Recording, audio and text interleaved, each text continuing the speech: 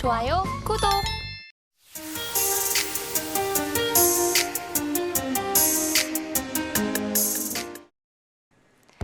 네, 먼저 우리 유창희 대표님 타이거 일렉 그리고 우리 김성규 전문가님은 솔루스 첨단 소재 준비해 주셨습니다.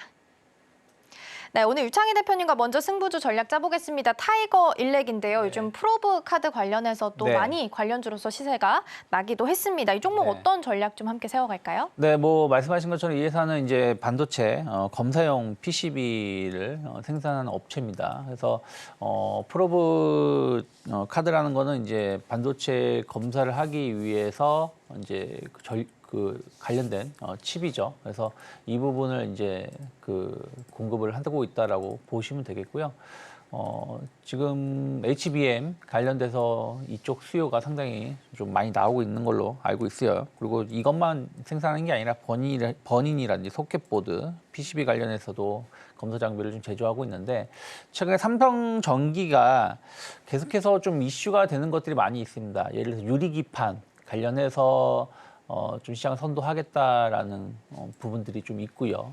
그리고 뭐 그냥 FCBGA 기술력을 활용해가지고 AI 반도체 시장의 점유율을 좀 확대하겠다. 계속 좀 뭔가 준비를 하고 있거든요. 그러니까 한마디로 이제 삼성전기는 삼성전자의 호강을 좀 입을 수 있는 부분들이 좀 있기 때문에 이 부분에 대해서 타이거 일렉이 매출이 같이 동반해서 늘어날 수 있지 않을까 생각을 좀 하고 있고요. 또 최근 이제 반도체 이런 그 소켓 테스트 기업들이 계속 좀 주목을 받을 수 있는 것들은 뭐냐면 지금 뭐 AI 반도체 위주로 말씀드렸는데 사실은 반도체 수요가 상당히 다변화되고 있습니다. 그러니까 예전에는 사실은 뭐 스마트폰용 모바일용 D램 또 컴퓨터용 D램 요 두 개만 주력으로 시장에서 소비가 많았다라면 지금은 차량용 반도체 따로 있고요. 또 모바일 그리고 뭐 컴퓨터, 뭐 AI 반도체 등등 거의 모든 제품들 로봇도 마찬가지고 앞으로는 많은 부분들에 대해서 거기에 특화된 그 제품에 특화된 반도체를 사용을 많이 하게 되거든요. 그럼 이게 뭐가 중요하냐면 예전에는 소품종 대량 생산이었더라면 테스트하는 과정도 상당히 간편합니다. 왜냐면 그 절차대로 그 라인에서만 테스트를 하면 되니까요. 근데 이제는 다품종 대량 생산 혹은 다품종 소량 생산으로 가게 된다면 여러 제품들을 테스트를 해야 된다는 것이죠. 그래서 소켓 테스트 관련된 기업들이 계속 주목을 받을 수밖에 없지 않을까 생각을 좀 하고 있고 타이거 일렉이 그런 부분들에 대해서도 좀 앞으로 매출 성장이 좀 좀 기대가 될 수 있다 생각하고 있고요.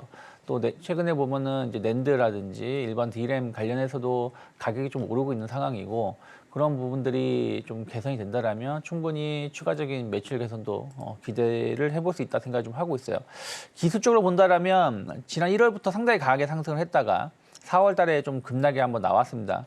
급락이 나왔는데 여기서 추가적인 하락보다는 어떻게 보면 시장보다 먼저 하락이 나왔고, 그러니까 급락이 나온 것도 사실은 한 3일 정도, 그러니까 4월 4일, 그리고 4월 5일, 4월 8일, 요 3일 하락이 나온 거고, 전체적으로는 뭐 행보세를 보여주고 있다라고 보고 있어요. 그래서 바닥을 다지고 있다라면 오히려 이제 어느 정도 하단이 확인됐다 생각을 좀 하고 있고 시장이 조금 안정화되거나 반도체 관련돼서 시장을 좀 주도해서 올라가 준다라면 충분히 뭐 직전 고점대 4만 원대까지 충분히 갈 수 있지 않을까 생각을 좀 하고 있습니다. 그래서 저는 일단 단기 목표가는 4만 원 그리고 2만 8천 원이 최근에 4월 달 지지가 됐던 자리이기 때문에 이 자리만 이탈하지 않는다라면 저는 분할 매수 관점으로 접근해 볼 수 있지 않을까 판단하고 있습니다. 네, 첫 번째 승부주로 우리 타이거 일렉 만나봤습니다. 최근 또 시장 안에서 프로브카드 관련주들이 또 시세를 낸 바가 있기 때문에 오늘장 안에서의 흐름은 어떨지 함께 좀 보시면 좋을 것 같습니다. 자, 그럼 2차 전지 관련해서 승부주도 만나보도록 하겠습니다. 오늘 솔루스 첨단 소재입니다. 어떤 전략 함께 세워주실까요? 네, 솔루스 첨단 소재 같은 경우일 때는 구리 관련 종목으로도 지금 굉장히 많이 보고 있기 때문에 첫째 동박하고 그다음에 지금 현재 전지에 들어가는 동박 이쪽을 해가지고서 상당히 많이 움직이는 걸 볼 수 있습니다. 있습니다. 자, 최근 들어 가지고서 움직임을 보시면은 대략 한 달 가까이 20거래 한 15일에서 20거래일 정도 해가지고 이런 식으로 거래량이 많이 들어와 가지고 굉장히 좀 유동적이고 아주 다이나믹한 움직임을 지금 보여주고 있는 게 특징인데, 자, 여기 자리에서부터 해서 이렇게 해가지고 위아래로 이렇게 위에 흔들어가면서 가고 있습니다. 자, 두 번째 파동까지 나오고 세 번째로 이제 이렇게 올라가려는 이런 움직임을 지금 보이고 있기 때문에 이 자리 상당히 좀 아주 변동성이 심한 종목이기 때문에 위아래로 많이 흔들 겁니다. 따라서 여기서 절대 놀라시면 안 된다는 걸 기억을 해두시고요.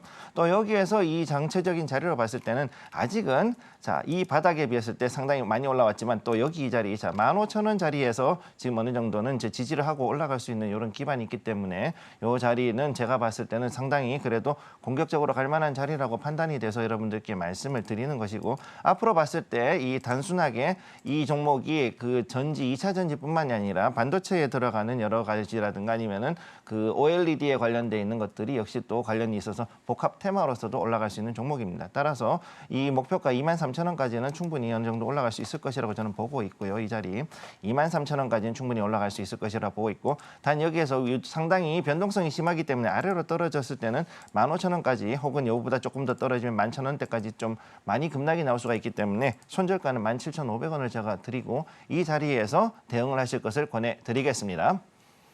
네, 근데 이제 제가 솔루스 첨단 소재를 보니까 제가 괜히 꼬투리 잡는 건 아니고요. 네네. 어제 실적을 발표했기 때문에 네. 좀 질문 드릴게요. 어쨌든 아직 적자예요. 네. 이제 뭐 추석돼서 어제 주식이 또 반대로 테슬라 때문에 오른 건지 9% 정도 올랐던데, 근데 아무튼 이 솔루스 첨단 소재 차트상으로 볼 때는 선 반영된 것 같기도 하고요. 선 반영됐죠. 네. 어떻게 보세요? 이 적자 폭이 추석에서 뭐 올 하반기에는 이제 흑자 전환도 가능하다고 하는데 그렇게 보세요? 제가 봤을 때는 어느 정도 가능성은 충분하다고 보는 것이, 첫 번째는 뭐냐면은 그 동박이라는 것이 단순하게 가지고서는 단순하게 어떤 2차 전지에만 들어가는 것이 아니라 그 이외에도 다른 분야에도 지금 들어가는 부분이 많거든요. 그렇기 때문에 동박 자체의 수출이 일단은 기본으로 매출로 봤을 때는 물론 지금까지는 2차 전지를 중심으로 해서 갔겠지만은 그 사이에 어느 정도 이제 영업 라인이 다변화를 했을 거라는 얘기죠. 그러면 그 다변화 라인의 효과가 뭐냐면은 지금 적자폭의 축소가 일단 첫 번째 그 증거라고 볼 수가 있는 거고, 그럼 앞으로 봤을 때 이거 이외에도 OLED라든가 이런 디스플레이 관련된 쪽, 그 다음에 그 이외에 다른 반도체 쪽에 대한 수요도 역시 어느 정도 있다는 걸 보면은 전체적인 적자폭이 더 줄어들고 오히려 흑자가 될 가능성 상당히 높다라고 저는 보고 있습니다. 아, 그리고 이제 아까 여쭤보고 싶었는데 못 물어봤거든요. 네. 그 이제 뭐 큰 뉴스는 아닌데 정부에서 이제 하이브리드 자동차에 대한 개조세를 이제 중단하겠다라는, 아직 중단된 결정은 아니고, 네. 이거 전기차 판매 어쨌든 도움이 되겠죠? 전기차 판매도 도움은 되는데, 근데 지금 이제 이 하이브리드가 그러니까 전기차로 갔다가 이제 다시금 하이브리드로 돌아오는 그런 계층, 그런 소비자들이 굉장히 많이 있습니다, 사실은. 그럼 그 사람들을 상대로 해가지고 어떻게 보면 세금을 더 이제 걷겠다라는 그런 개념으로 봐야 되는 거거든요. 그럼 그렇게 했을 때 과연 이것이, 그럼에도 불구하고 우리가 봤을 때는 출퇴근이라든가 아니면 여러 가지로 봤을 때 하이브리드가 결정적으로 연료비도 엄청나게 연비가 좋고, 그 다음에 또 운행을 하는데도 문제가 없다라고 보니까, 그래서 과연 이 소비세가 어느 정도 되는지가 관건이 되겠지만, 제가 봤을 때 지금 현재 하이브리드 수요 증가에 대해서는 어느 정도 그래도 그래도 크게 문제는 되지 않을 거라고 저는 보고 있습니다. 좋아요, 구독!